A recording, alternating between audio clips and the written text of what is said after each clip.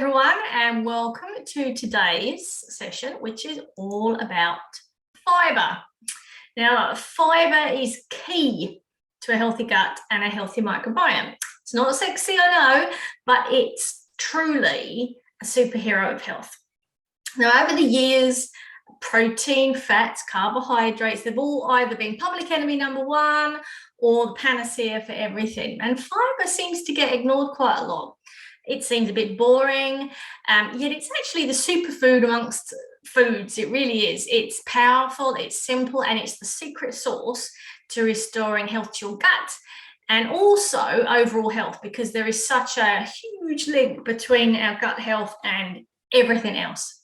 So I'm going to start off by just explaining what fibre is. So technically, fibre is a part of the structure of the plant.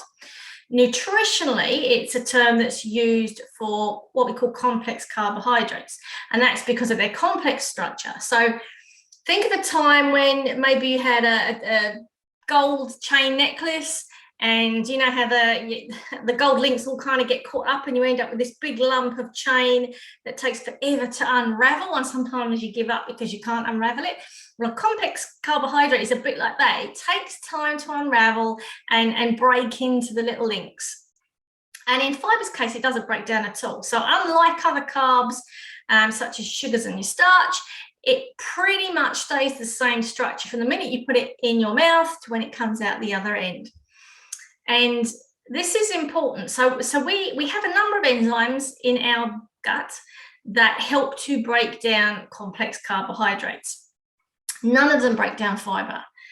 But what we do have are very clever gut bacteria, and their job is to break down some of that fibre. So they have tons of enzymes to break down complex carbohydrates. They've got about 60,000 enzymes specifically to break down complex carbohydrates and fibre. And every source of fibre or plant basically has its own gut bacteria with its own specialised enzymes to break down that plant. So that's why we really do need to be eating more plants. So our gut bacteria is really, really important for that reason. We are designed to eat lots of different plants. So what, I hear you cry. Well, I'll tell you why that's important shortly. Now, there are different types of fibre. So you may have heard the term soluble fibre and insoluble fibre, and they are words to describe types of fibre in our diet.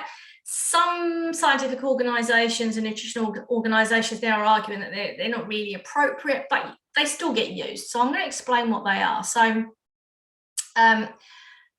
basically, soluble fibre dissolves in water. Most soluble fibre is what we call prebiotic. So it's basically fuel for our gut bacteria. And that includes things like pectins, beta-glucans as well, which is found in oats, and pectins are basically found in fruits. We have insoluble fibre, which doesn't dissolve, and that's the stuff that's basically a broom for the butt. So that includes cellulose, and that's found in whole grains and nuts, and so that basically doesn't change. It stays the same and just goes away through, and it's basically all part of being that broom, clearing out our gut. Soluble is the food. Then we have something called resistant starch, which has kind of become a trendy form of fibre. And again, that doesn't change its structure at all. And it's also a really, really important prebiotic food, the food that fuels our gut bacteria. And that includes oats, cooked cold potatoes, cooked cold rice, legumes, onions, leeks, a whole bunch of stuff.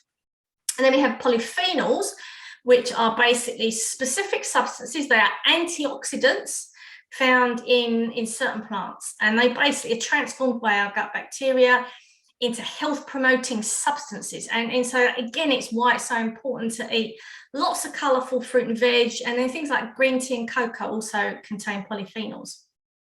So where do you get your fibre from? Well, whole grains, whole grain breakfast cereals, whole wheat pasta, whole grain breads, oats, barley, rye, all of those are really good forms of fibre. Fruits, your berries, pears, melon, oranges, bananas, vegetables, your broccoli, your carrots, your sweet corn, all vegetables you'll get some form of fibre from.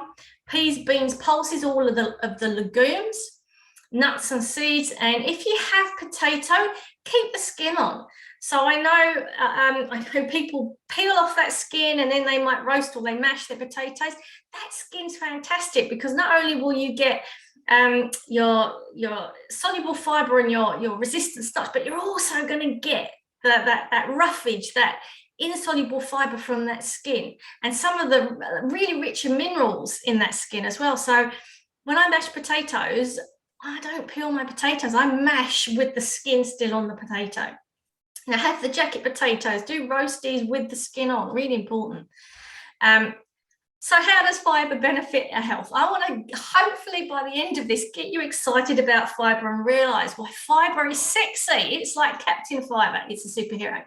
It helps keep our digestive system healthy. It helps prevent constipation, which is hugely important because constipation itself is associated with lots of bowel conditions, inflammatory bowel disease. It bulks up our stools, it makes stools softer, it makes them easier to pass, and it makes waste move through the digestive tract more quickly, but also, you don't want it to be too fast, you don't want it to be too slow, so it helps with the balance. The European Food Safety Authority suggested that including fibre-rich foods in a healthy, balanced diet can also improve weight maintenance. Now, maybe that's because it fills us up and we're less likely to then snack on other stuff that's not so good for us because they're not sure what the mechanism for that is other than it does improve weight maintenance. Fibre can reduce the risk of cardiovascular disease, such as heart disease and stroke, and also type 2 diabetes. And foods such as oats and barley, they contain that type of fibre I talked about earlier called beta-glucan, and that's also been shown to help reduce cholesterol levels, particularly if you consume about 3 grams or more of it a day. People with irritable bowel syndrome usually are well aware that diet can play a really important role in controlling the symptoms, and sometimes we have to modify the amount of fibre. So sometimes you can have too much and it can make you feel really uncomfortable. So you've got to find that balance. So the British Dietetic Association recommend that if symptoms include constipation, then you basically gradually increase fibre over time. So there's no point taking a fibre supplement and going for it, or eating all of a sudden going from eating no vegetables to eating 10 vegetables a day.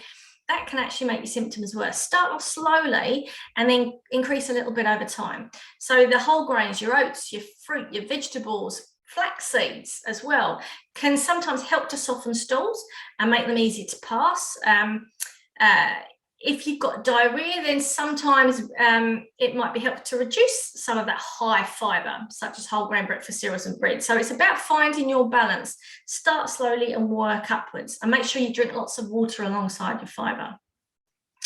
Fibre has also been shown to protect against colon cancer or colorectal cancer. So the World Cancer Research Fund estimate that about 45% of bowel cancer could be prevented through diet, physical activity, and weight maintenance. That's a huge amount. That's almost half of all cancers are to do with diet, being overweight, and not exercising. Now, the reason why fibre in particular is thought to protect from colon cancer, again, it's not fully understood.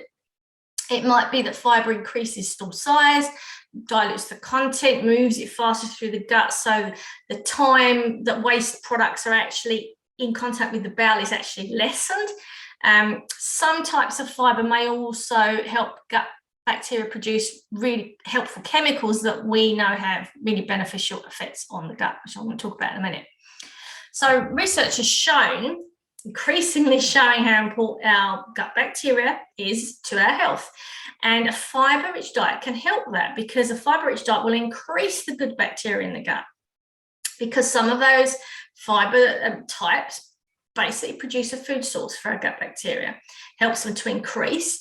And then what the gut bacteria do is they produce amazing magical substances called short-chain fatty acids. Now, short-chain fatty acids sound as dull as dishwater. It sounds very chemical, science-like, but they are miraculous substances, and the research on this is really starting to blossom. So there's 3 types of these short-chain fatty acids that are made by our gut bacteria: acetate, propionate, and butyrate.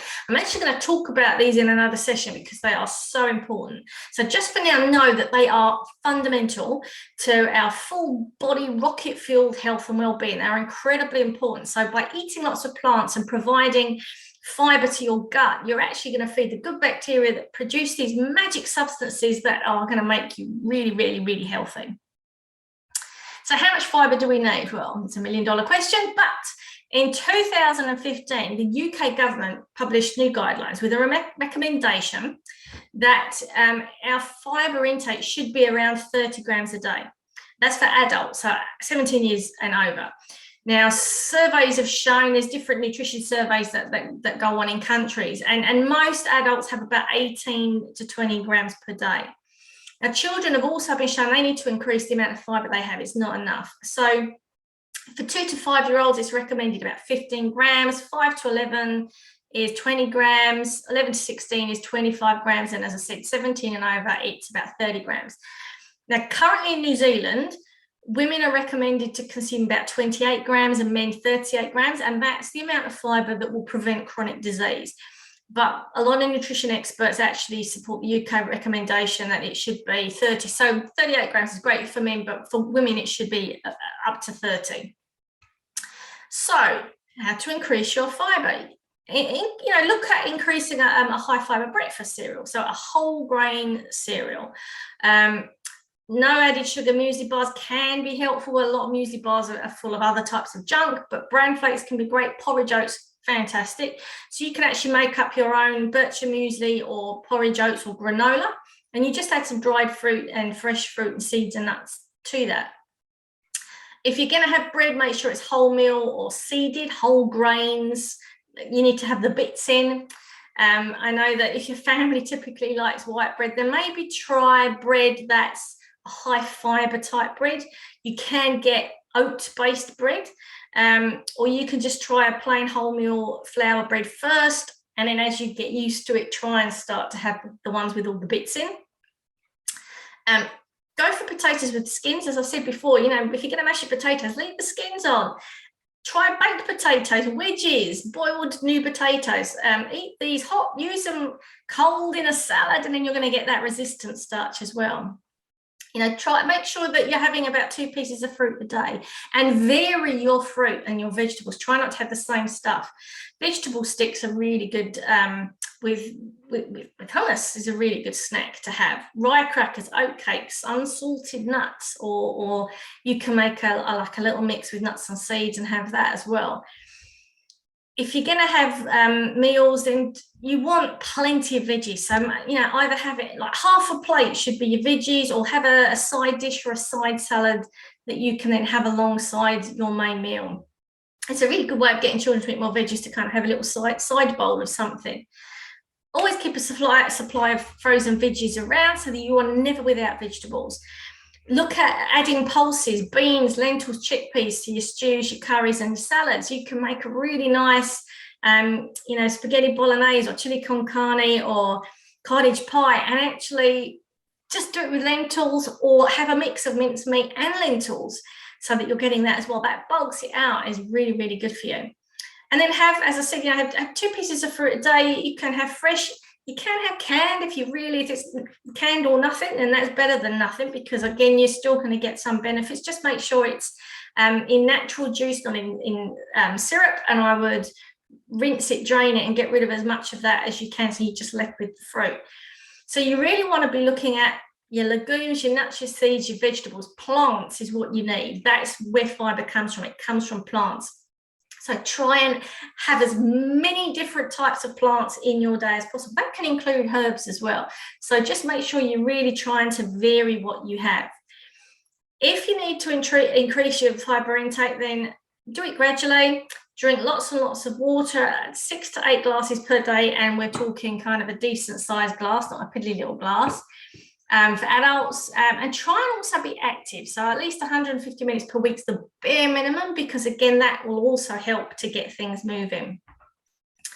So eat whole grain foods, lots and lots of veggies. 5 a day is the bare minimum. It should be 2 pieces of fruit and 5 veggies a day at a bare minimum. If you can get up to 8 or 9 serves a day, that would be fantastic.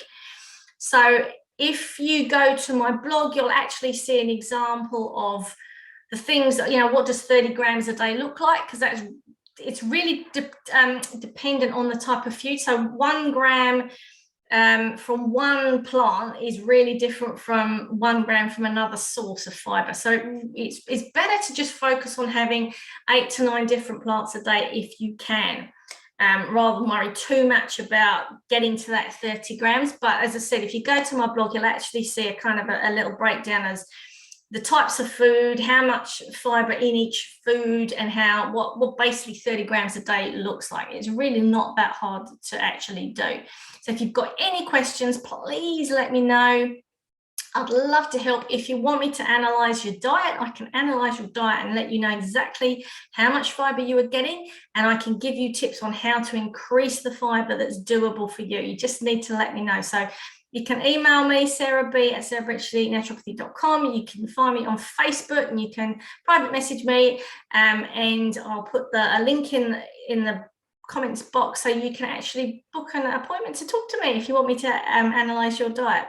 So have fun, go and have some fiber. It's fun, it's sexy, and it is a superfood that will completely transform your gut health. So have fun. I will see you another time.